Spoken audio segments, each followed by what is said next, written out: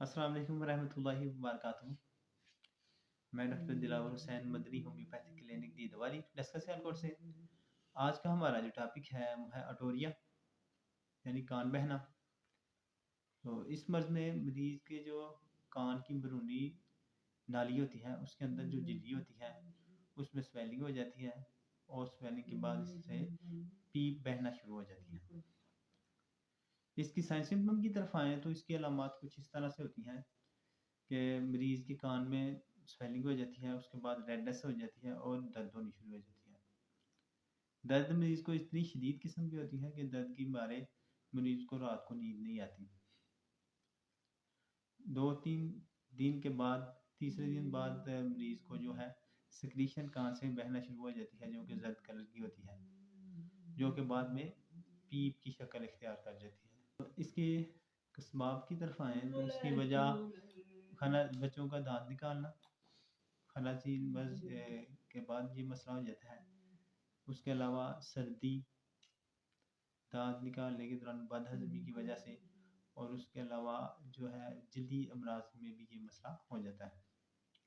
अब इसकी ट्रीटमेंट की तरफ आएँ तो इसकी ट्रीटमेंट ख़ारजी तौर पर जो ट्रीटमेंट की जाती है उसमें ये तरीका होता है कि अगर कान बह रहा है तो आप उसको हाइड्रोजन पेरोक्साइड से कान में डालें तो उससे जो पीप है वो कान से बाहर निकल जाएगी। उसके बाद आप जो है म्योलिन ऑयल जो है बार-बार कान में डालें तकरीबन 4 से 5 दफ़ा दिन में और ये 10-15 दिन ये प्रोसेस करें इंशाल्लाह मरीज़ ठीक हो जाएगा।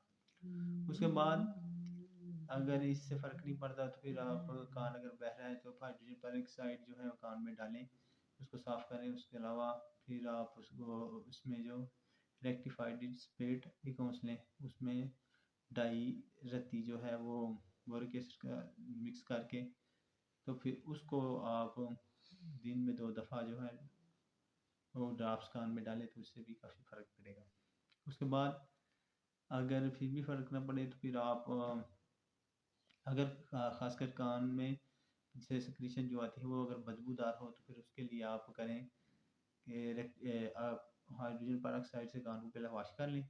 उसके बाद एक्किनेशिया मदर टिंचर 2 हिस्से और थूजा मदर टिंचर 1 हिस्सा इनको मिक्स करें और इसको आप सुबह शाम कान में डालें तो इससे भी बेहतरीन नताइज मिलेंगे।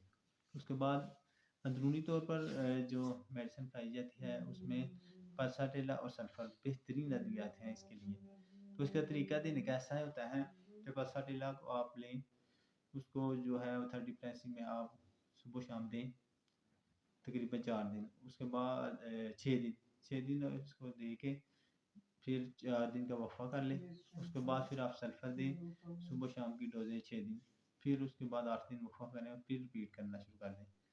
तो ऐसे करने से अक्सर फ़र्क पड़ जाता है। अगर ऐसे से करने से फ़र्क ना पड़े तो फिर आप पल्साटेला 30 प्रेसी या 6x में आप दे सकते हैं। इंशाल्लाह फिर मरीज़ ठीक हो जाएगा।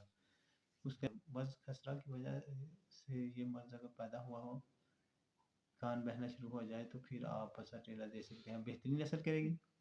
उसके बाद अगर पीप के साथ खून आना शुरू हो जाए तो कैप्सिकम इसमें बेहतरीन मेडिसिन है, वो आप दे सकते हैं। इसके अलावा अगर पीप आए ब्लड के साथ ब्लड और रेशा इकट्ठा आना शुरू हो जाए, साथ में दूध भी स्वेल कर जाएँ और जो साइड पर इन्फेक्टेड साइड जो है उसके कान और चेहरा और माथा भी दर्द करे, जैसे उसमें दर्द महसूस हो जैसे फाड़ने वाली दर्द होती है, तो आप मर्साल इसे इसमें दे सकते हैं, बेहतरीन असर करेगी।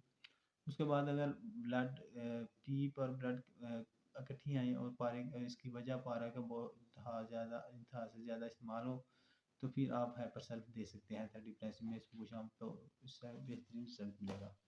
उसके बाद जो कमज़ोर और नहीफ पेशेंट होते हैं और उनकी सिक्रीशन जो जलनदार अगर आए तो फिर उसके लिए आप आर्सेनिक कैल्शियम दें, उससे मज़ीद बेहतरीन हो जाएगा। कान बह रहा हो और कान के पीछे 7 फिंसियाँ हों तो ऐसी कंडीशन में आप कैप्सिकम दे सकते हैं, बेहतरीन असर करेगा। इसके अलावा भी काफ़ी मेडिसिन जो है अपनी अपनी अलामात के हिसाब से आप दे सकते हैं। आज का हमारा टॉपिक खत्म होता है। अगर अच्छा लगे इसे लाइक शेयर कमेंट्स करें और चैनल को सब्सक्राइब लाजमी करें ताकि हर नई आने वाली वीडियो आप तक पहुँच सके। अल्लाह हाफ़िज़।